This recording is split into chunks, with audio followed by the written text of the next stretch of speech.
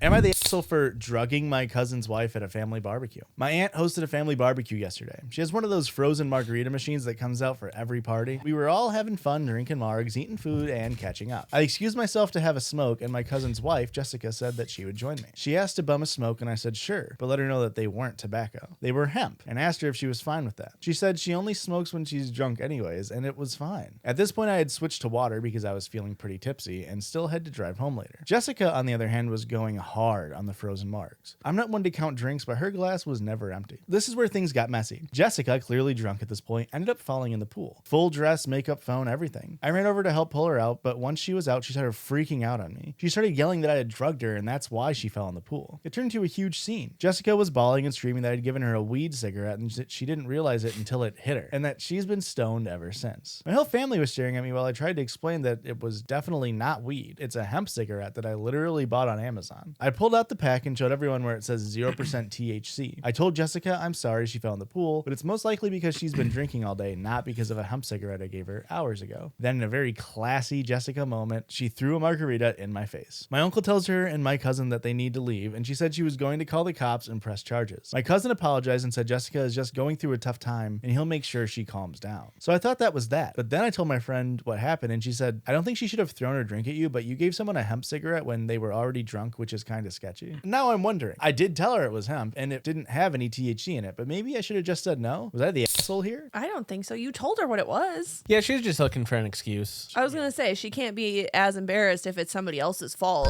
Whew. Those were some words.